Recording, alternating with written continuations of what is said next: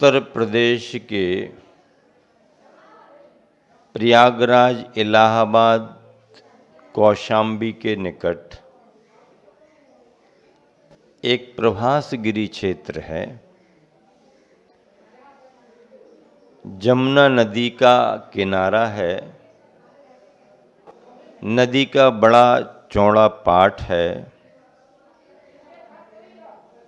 तलहटी में मंदिरों के समूह के रूप में क्षेत्र बना है, धर्मशाला है। और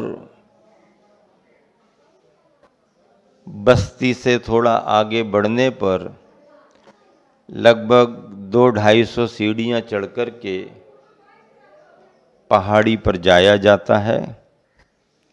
पहाड़ी पर भी 2 मंदिर बने हुए हैं, चरण चिन्ह हैं। और पहाड़ी के ऊंचाई समतली भाग पर भी कुछ अवशेष बनाए गए हैं। प्रभासगिरी क्षेत्र दिगंबर जैन तीर्थ क्षेत्र है। उभर रहा है, विकास कर रहा है, क्षेत्रों के रूप में प्रसिद्ध हो रहा है।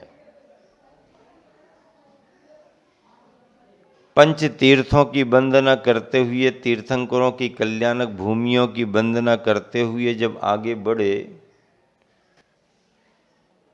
तो मन में ये भाव था कि नाम बहुत दिन से सुन रखा है, वंदना करने तो चलना ही है। कमेटी वालों को भी जैसे जानकारी मिली कि संग शोर बढ़ रहा है, कमेटी वाले भी बहुत पहले से हम लोगों के साथ लगे, निवेदन किया। हाँ तो कहते नहीं हैं, देखो आगे बढ़ रहे हैं। पर कमेटी वाले पूरी भावना बना करके बैठे थे कि इस बार संघ का लाभ लेना ही है। इन्होंने पहले से ही विधान सुनिश्चित कर रखा था और कल्पद्रुम विधान सुनिश्चित कर रखा था। हम लोगों ने कोई आश्वासन नहीं दिया, कोई आशीर्वाद भी नहीं दिया था। उसके पहले ही इन्होंने कल्पद्रुम विधान की संयोजना कर ली।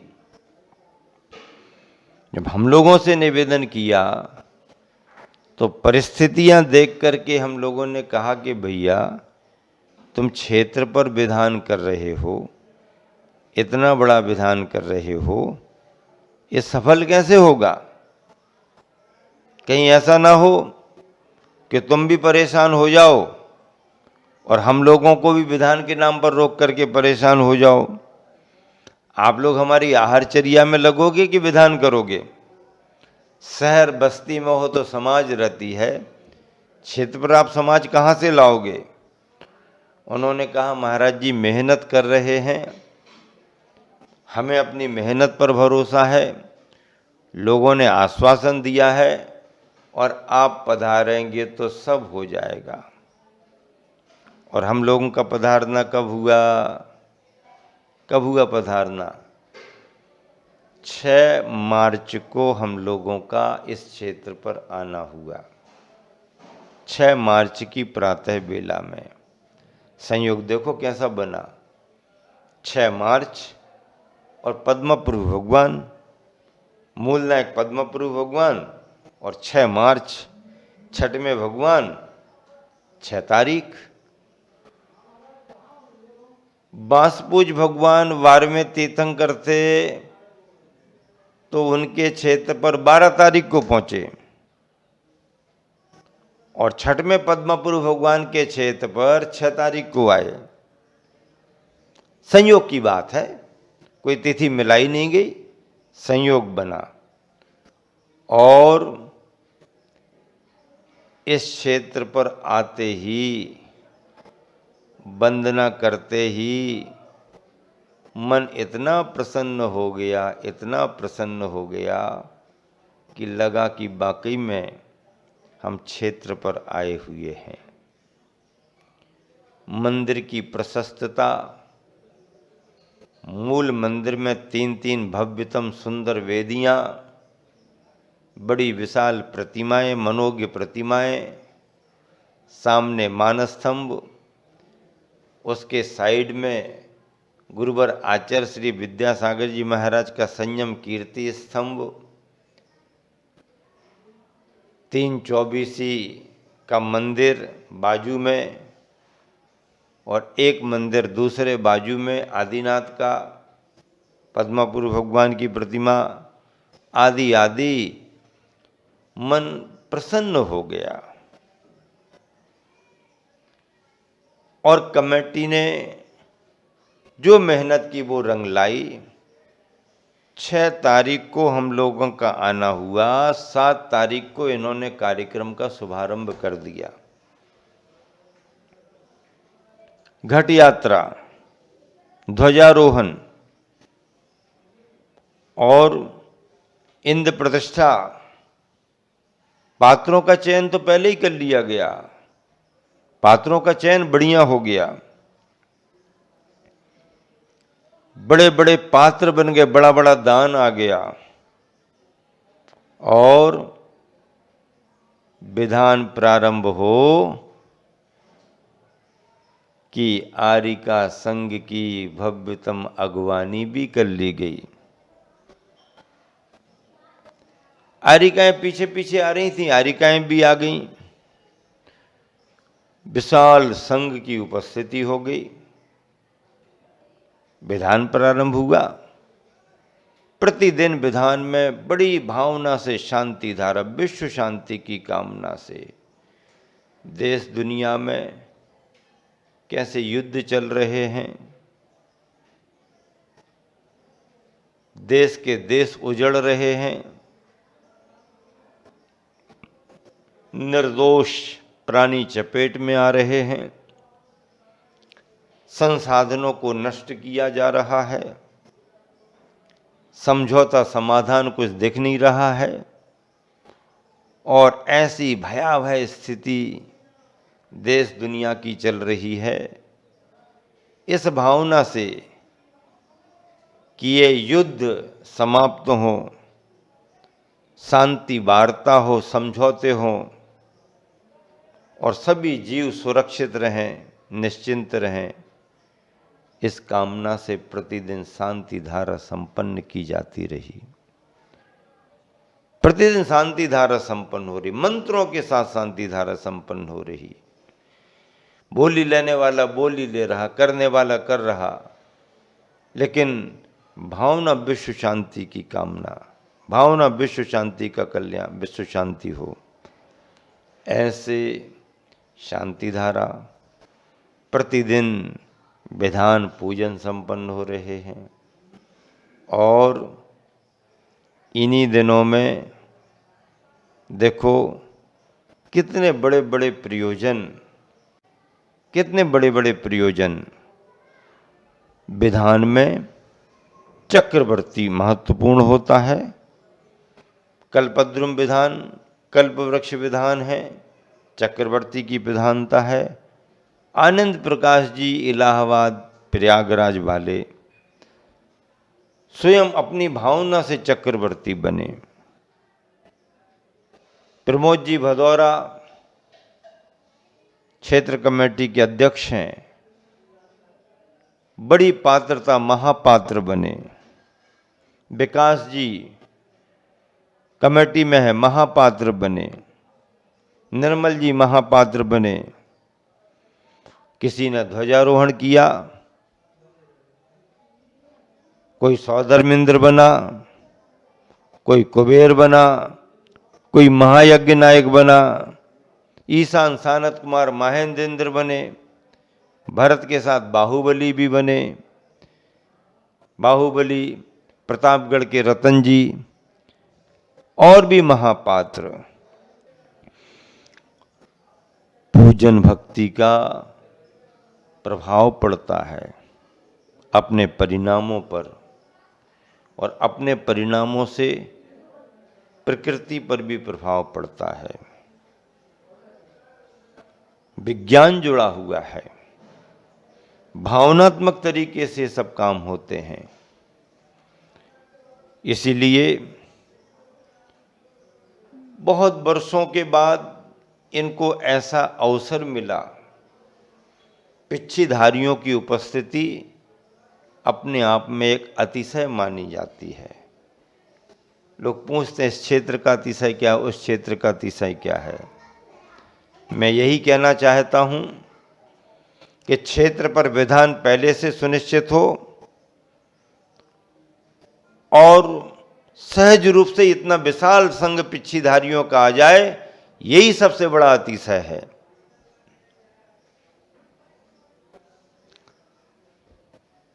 नौ तारीख हमारे संघ के आचार्य प्रवर मुनिवर समय सागर जी महाराज जी की मुनि दीक्षा की तिथि है। सन 1980 मार्च का महीना सिद्ध क्षेत्र द्रोणागिरी मध्य प्रदेश में जिला छतरपुर के अंतर्गत गुरुवर आचार्य श्री ने पहली मुनि दीक्षा प्रदान की। आचार्य श्री आचार्य तो बन गए सन 1972 में, लेकिन 72 से लेकर के 73, 74, 75, 76, 77, 78, 79, 80, बताओ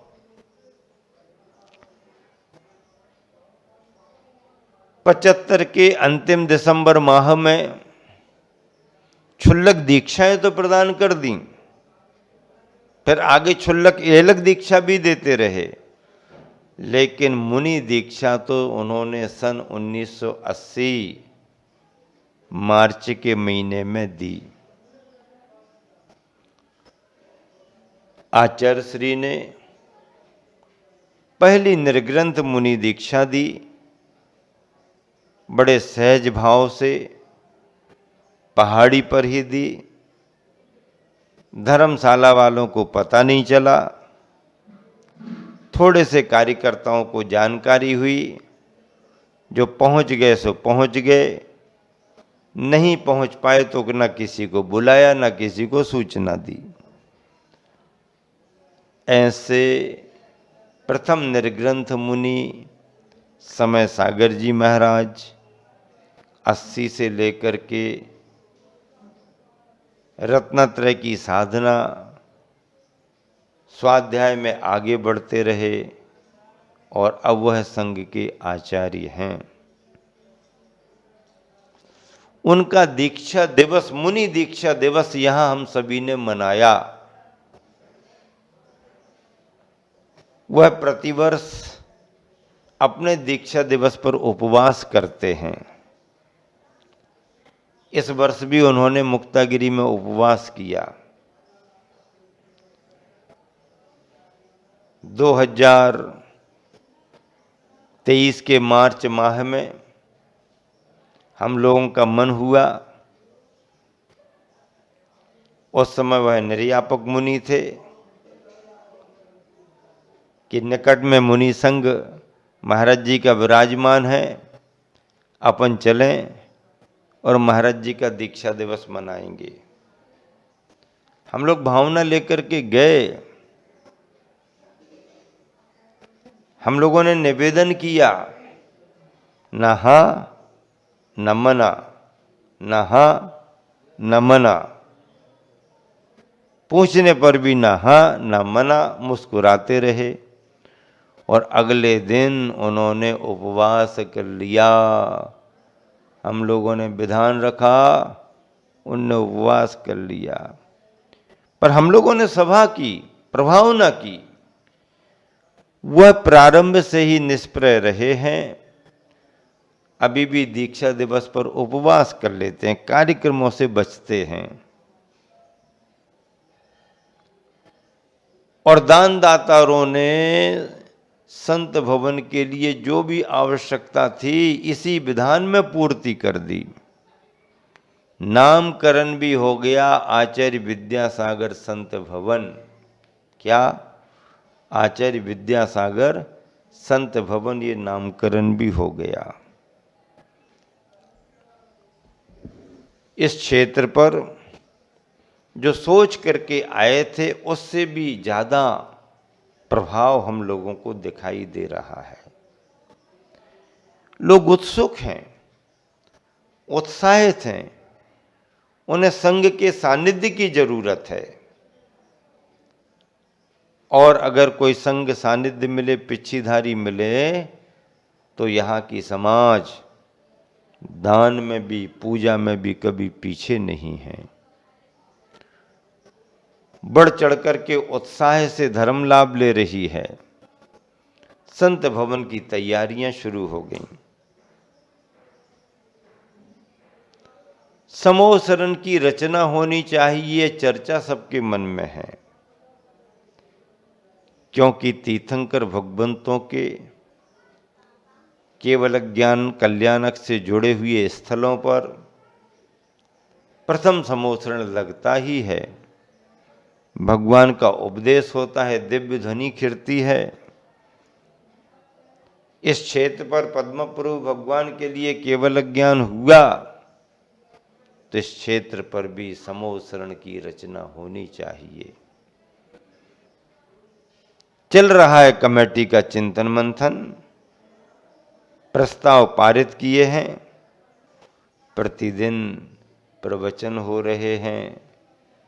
आसपास की समाजें समूह रूप में आ रही हैं और पूजा में सम्मिलित होकर के धर्म प्रभावना कर रही हैं।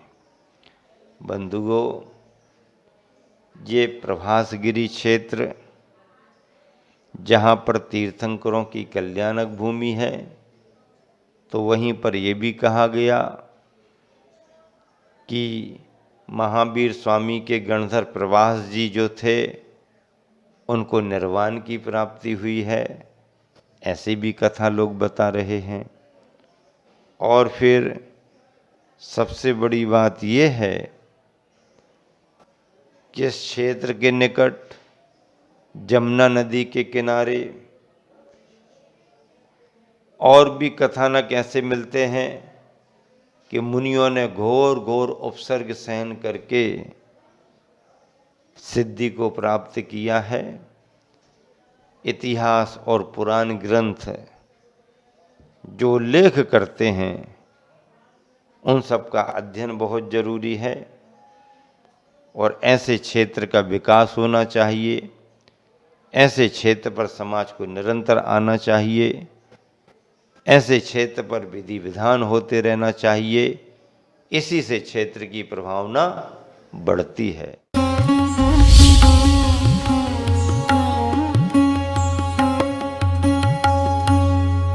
उत्तर प्रदेश राज्य की